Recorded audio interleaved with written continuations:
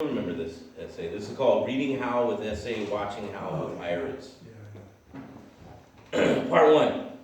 Old man Red had given me the worn-edged book and told me to read it on a rainy day on Hollywood Boulevard. It didn't seem like much at first, but he insisted this had the importance of any of the big books I was looking at that day.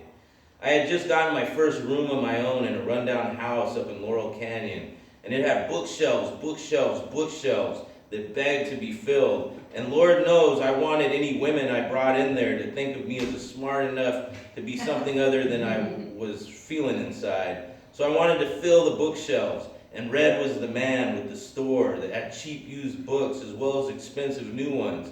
I figured I could make a deal with the old codger, since making little deals on the boulevard and down on the boardwalk or over in the canal had become quite a forte for me. Red was helpful and glad to see I had some money. But he insisted I take this little old book with simple, bold letters across the front reading, How. He said that this is the Bible of the beatniks. It will help you understand your mother better. I remember that because Red knew me and my mom did not get along too well at the time, and he knew my mom claimed to have been a beatnik or beat something before I came into the world, and after that it seemed just about beating me. I knew I had it coming most of the time, but still, every kid on Hollywood Boulevard had an axe to grind back then, and I had ground down axes with the best of them. I didn't really get it when I read it. I took the book back a few days later on a mission to get some stuff that Bukowski had referenced in his notes column. I tried to give the book back to Red, but he bristled.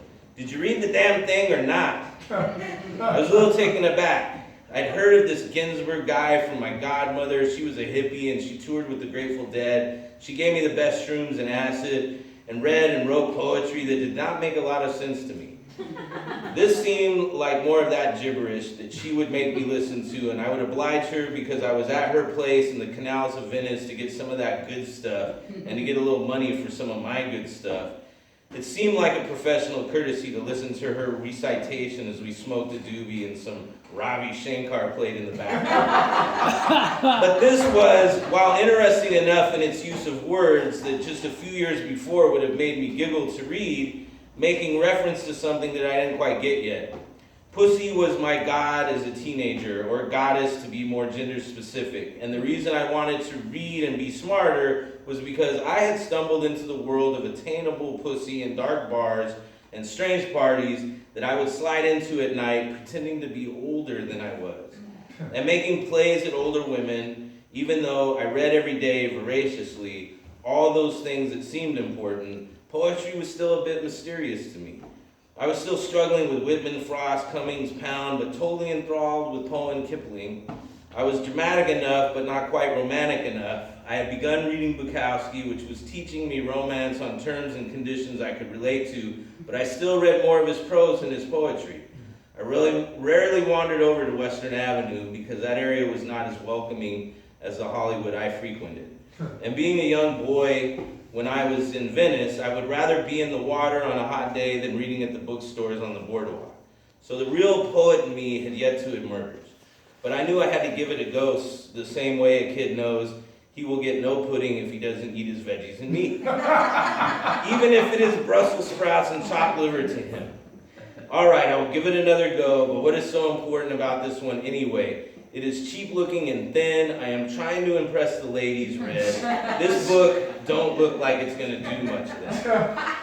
Griminy, kid, the damn book was once banned, sold like contraband. They put the publisher on trial. It set legal precedent at the time, so guys like me could peddle books to dumb shits like you without the cops busting in and taking us all to the who's got. The poem is the voice crying out for the recognition, for validation, for some company on a lonely night of terror. What dame wouldn't want to hold on tight for that ride?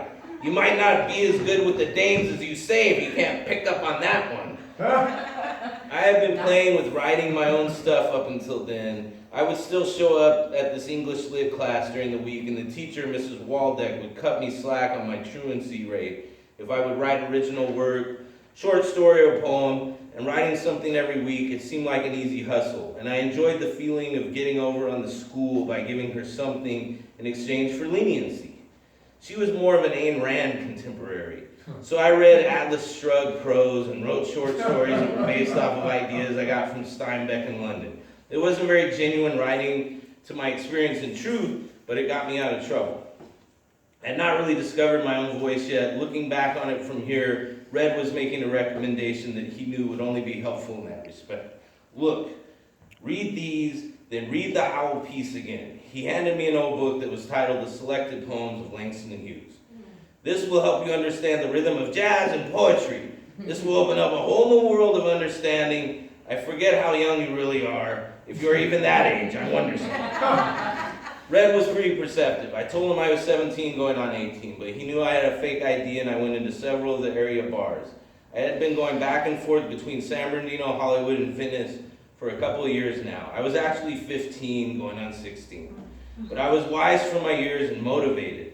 I wanted to get this. I wanted to pull it off, to survive the crazy circumstances I had wandered into by being born and had seemingly wandered into ever since. Thanks, Red. I'll read them up. I took the books along with a Hemingway, Fitzgerald Miller, and a Nin that I'd purchased for the shelves. I figured girls might see a sensitive side to me if I had a nice I was building my first library of books. I did not like school much, but I loved reading. The fact that I was now living in a room that had once been a study was perfect for me. It was my refuge from all things Bordeaux and street and unfriendly in my world. I read the Hughes book and was so moved by the words and the movement of verse that I would imagine myself transported into those times of his struggle, to be heard in the face of the racism and all the feelings he went through, and poured into every line that reflected his experience and outlook. Red had gotten me. This was golden to me. I started to read less of Bukowski's prose and more of his poems. I read Howl and I realized that it was meant to be read aloud, that people wrote these poems and read them aloud, screamed them somewhere. I realized what my mother was doing in the village in the 50s a little better. I started to open up in a way that was new and awesome. Then tragedy struck. A friend I had known my whole life was walking with me down a street in San Bernardino. We'd gone to a ditching party. We'd been drinking all afternoon. Some fights broke out, and when the kegs were dry. So we left to get some more beers and go to the park to drink them. We were laughing and buzzed when all of a sudden shots broke up the moment I hit the ground. I was not hurt, but my friend was bleeding out. He died there in my arms, although they would not pronounce him dead until they got him to the hospital. I went out to my room in Hollywood and stayed in it for a couple of days. I began writing in a way I had never written before.